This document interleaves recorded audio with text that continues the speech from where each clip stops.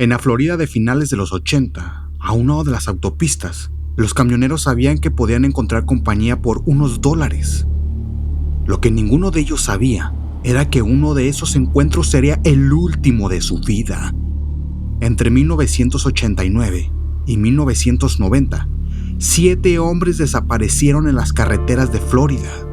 Sus cuerpos aparecían días o semanas después, abandonados entre la maleza, con disparos a quemarropa.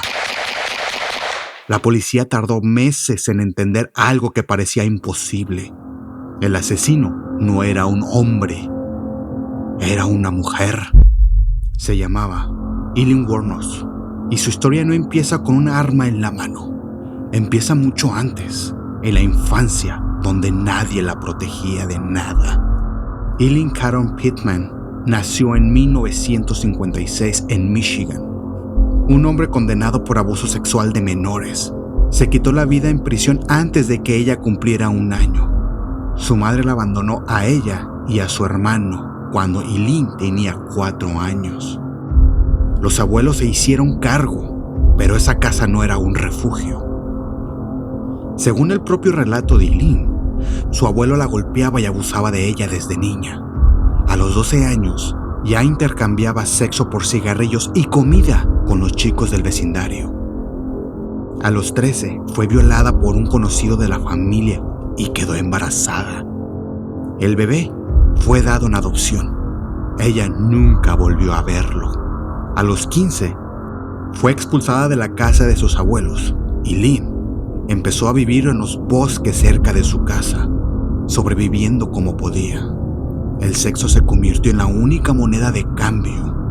Para cuando llegó a la adultez, ya había aprendido una lección que la acompañaría el resto de su vida.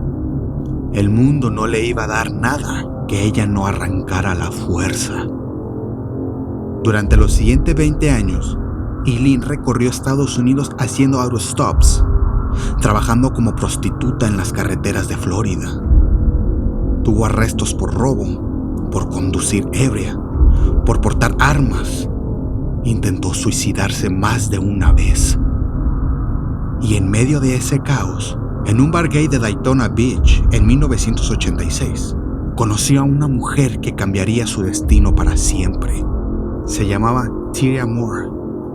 Tenía 24 años, trabajaba en un motel, y algo en ella hizo que Eileen, por primera vez en su vida, sintiera que alguien la quería sin pedir nada a cambio. Se volvieron pareja. Eileen salía a las carreteras a conseguir dinero con su cuerpo. Tyria se quedaba en los moteles esperándola. Durante 4 años, esa fue la rutina. Hasta el 30 de noviembre de 1989, ese día, Richard Mallory, dueño de la tienda de electrónica en Clearwater, salió de su negocio y nunca llegó a casa. 12 días después, su cuerpo fue encontrado en un bosque, con 3 disparos de calibre 22. Nadie imaginó que ese hallazgo era solo el primero de una larga cadena de eventos. 6 meses después apareció otro cuerpo, y luego otro, y otro. Todos hombres de mediana edad, viajando solos en carretera. Todos desnudos o semidesnudos. Todos asesinados con el mismo tipo de arma. La policía de Florida empezó a conectar los puntos, pero el perfil no cuadraba con nada que hubiera visto antes. Esto no parecía obra de un depredador sexual masculino. Los cuerpos no mostraban agresión sexual, solo balas. Lo que la policía no sabía es que cada uno de esos hombres había sido su propio cliente. Recogía a Eileen en las carreteras creyendo que compraría 1 hora de compañía. Algo en ese intercambio fallaba, y el hombre terminaba muerto y despojado de su auto, su cartera, sus pertenencias.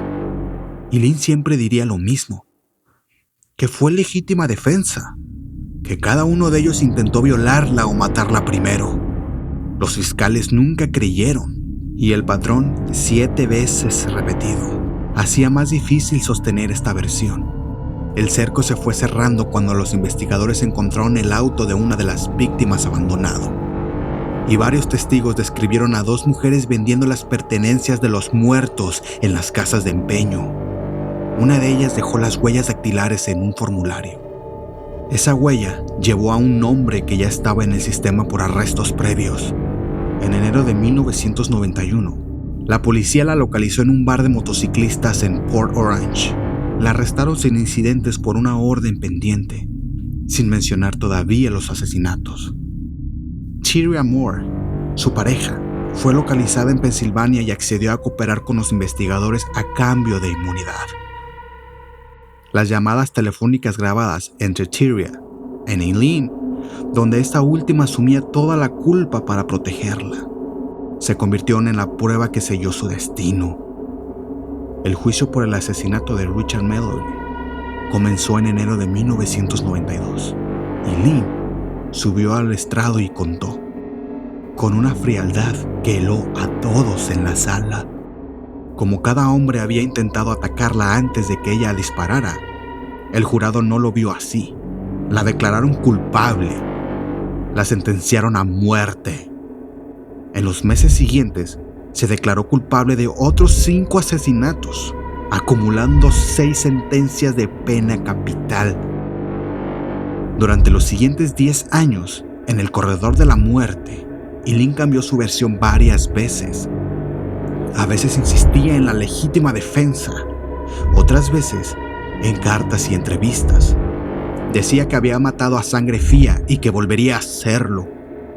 Hablaba de voces, de conspiraciones, de un odio acumulado durante toda una vida de abuso, que en su mente finalmente había encontrado a dónde dirigirse. El 9 de octubre del 2002, después de renunciar a todas sus apelaciones, Eileen fue ejecutada por inyección letal en la prisión estatal de Florida.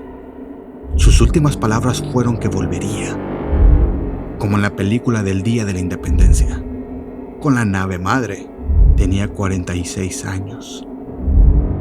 Hoy, Eileen Wuornos es recordada como uno de los pocos casos documentados de una mujer señalada como asesina serial en Estados Unidos.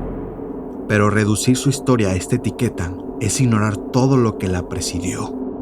Una niña sin padres, sin protección, sin una sola persona que le señalara que su cuerpo y su vida valían algo más que una transacción. Eso no justifica lo que hizo. 7 hombres murieron a manos de Eileen Wuornos y 7 familias cargaron ese vacío para siempre. Pero su caso sigue obligándonos a hacernos una pregunta. ¿Cuánto de un monstruo se construye y cuánto ya venía roto antes de que pudiera elegir?